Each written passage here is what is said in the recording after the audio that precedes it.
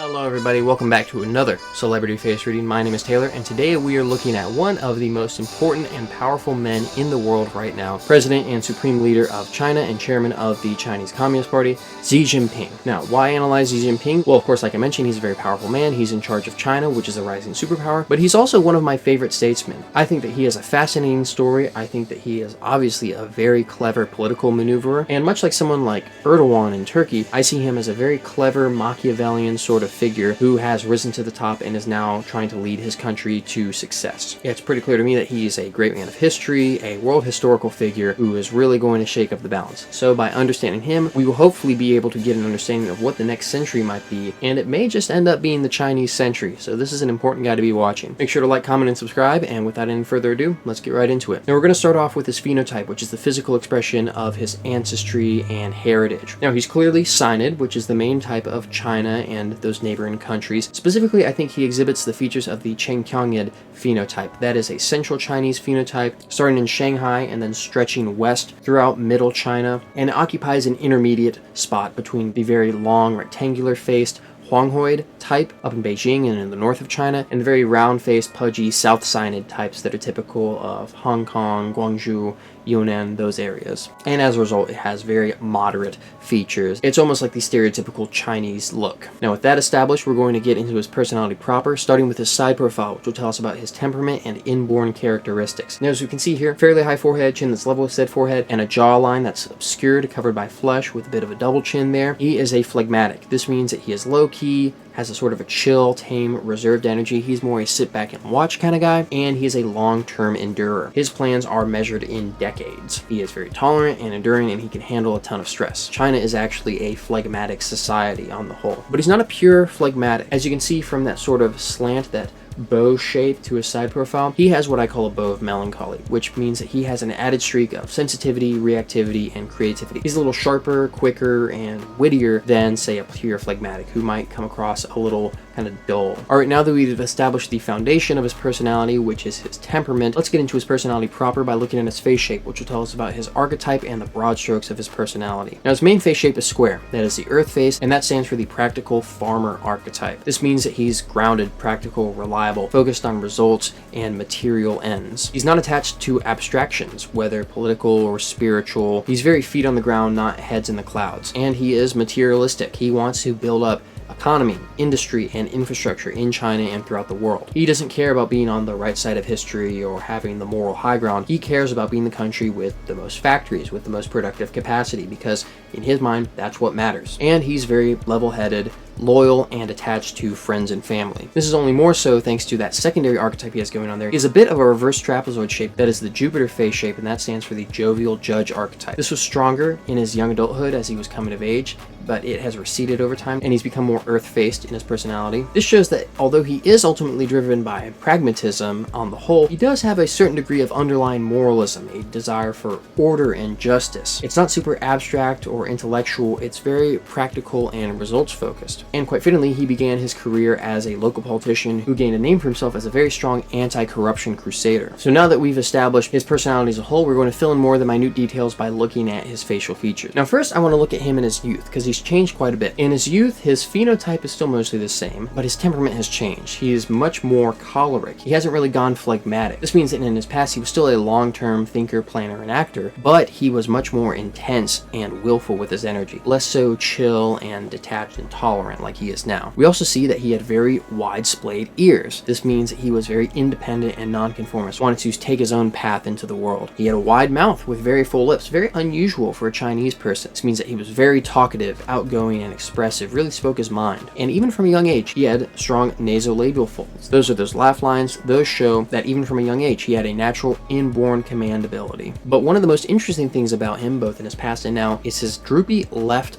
eyelid. Now in face reading, the right side of the face stands for the outer persona and the professional life, but the left side of the face stands for your past, your private life, your personal affairs, how you are by nature, and what's going on in your inner world and in your personal life. And when someone's eyelid droops noticeably on the left side, this means that they're subconsciously shying away from something that happened in their past, some sort of past trauma or childhood trouble, maybe a shameful secret. Now for a lot of the people I analyze, this has to be kind of speculative as to what this is, but it's no question for Xi Jinping. His father was a victim of the Cultural Revolution and of Mao's purges. influence. And so he was sent off into the countryside to study, ripped from his rich life as a little prince and forced into hard work. And we can see that up until today, this still deeply affects him. And I think that that childhood trauma is one of his driving factors and his main motivation. But a lot else has changed. We can see that his ears got closer to his skull. That means he went from independent to very dependent, very reliant on relationships. We can see that his mouth got a lot smaller. He became much more quiet and reserved, less of a talkative blabbermouth, and his lips got thinner. So he became more hesitant with expressing himself and a little more out of touch with his sense of self. But his nasolabial folds only got deeper and stronger. This means that he's become very powerful and confident in his command ability. So now he's the confident, uncontested ruler of a country of 1 billion people.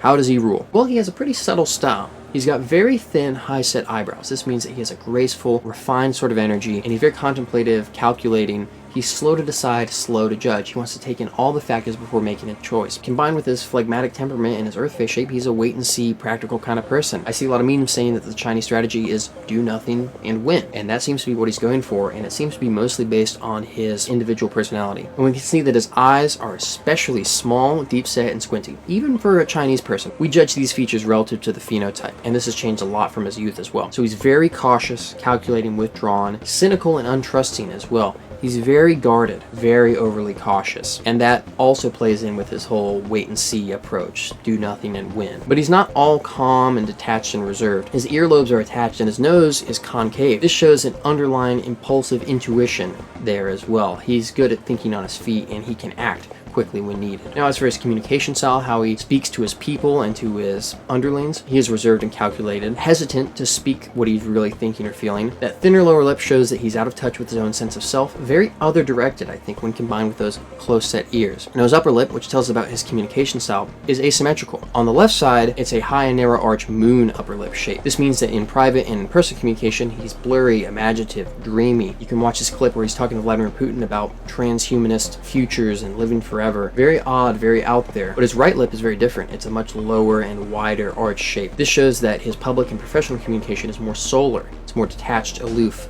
blunt. In either case, he has a very weak Cupid's bow. He is not a great public speaker. He's not very warm or smooth talking or seductive. He's very direct and to the point. He's not a demagogue. He's not someone like Hitler who rallied the people to his cause with his seductive words. He's more like a Stalin. He's more of a backroom dealer, more of a backstabber, someone who worked his way up to the top using his practicality and his intellect. Now, the last thing I want to do is take a quick side-by-side of his asymmetry. We're going to make composites of his left side and his right side, see who he is in private and who he is in public. Now, the public Xi Jinping is very serious, determined. We can see talkative, wider mouth, more big picture focused, a little more sensitive and receptive, and it has a much stronger earth face shape there, so more practical. All very good traits for a leader. But look at his left side. Very sharp difference. Very small interface, very detached, stress resistant, aloof. I think that's probably related to his droopy left eyelid. He is detached because of that childhood trauma. He is sort of dissociated because of that. He's got a smaller mouth and closer set eyes. Very reserved, hesitant, quiet, and detail focused. But he has more of a Jupiter face shape as well, so he seems like a friendlier, more jolly sort of person. I know this gets memed a lot, but this is the side of him that looks more like Winnie the Pooh. So he seems like a pretty friendly, if kind of detached and distant sort of man in private. Not very open with personal affairs, which is not super surprising. So in conclusion, what's his overall vibe? I would say very reserved, withdrawn, cautious, slow and steady, wait and see, work on yourself, don't attack others, and then you win. He's not a crazy loose cannon like Trump or Putin. He doesn't have that warrior's nature, that impulsivity there. In many ways, I think that he is the ideal Chinese leader. I said that China is a naturally phlegmatic society. They're also a naturally earthy society. This is why the Chinese system of 5 elements denies air, which is the opposite of earth, and then adds 2 more variants of earth to theirs. They have earth, wood, and metal, which in the Western system would all be called earth. This is why the Earth Kingdom in Avatar is based on China. And because of that, I think an earth-faced phlegmatic is a perfect leader for China. China is the middle kingdom. They don't go out on grand adventures. They sit in the middle and they wait for everyone to come to them. You know, Bhutan to the south of China has their dragon king. Well, I would say that China has their turtle king, or maybe a dragon turtle king if we want to be a little more respectful. Well, that concludes my physiognomy analysis of Chairman Xi Jinping. I hope you enjoyed it. Please like, comment, and subscribe. If you want to get a face reading done for yourself or someone you know, check out my website, message me on there. Link is in the description and the pinned comment. And if you want to learn how to do physiognomy for yourself, you can subscribe to my Patreon. Link is in the same places. That is my Physiognomy Academy. That is where I upload extra videos and content,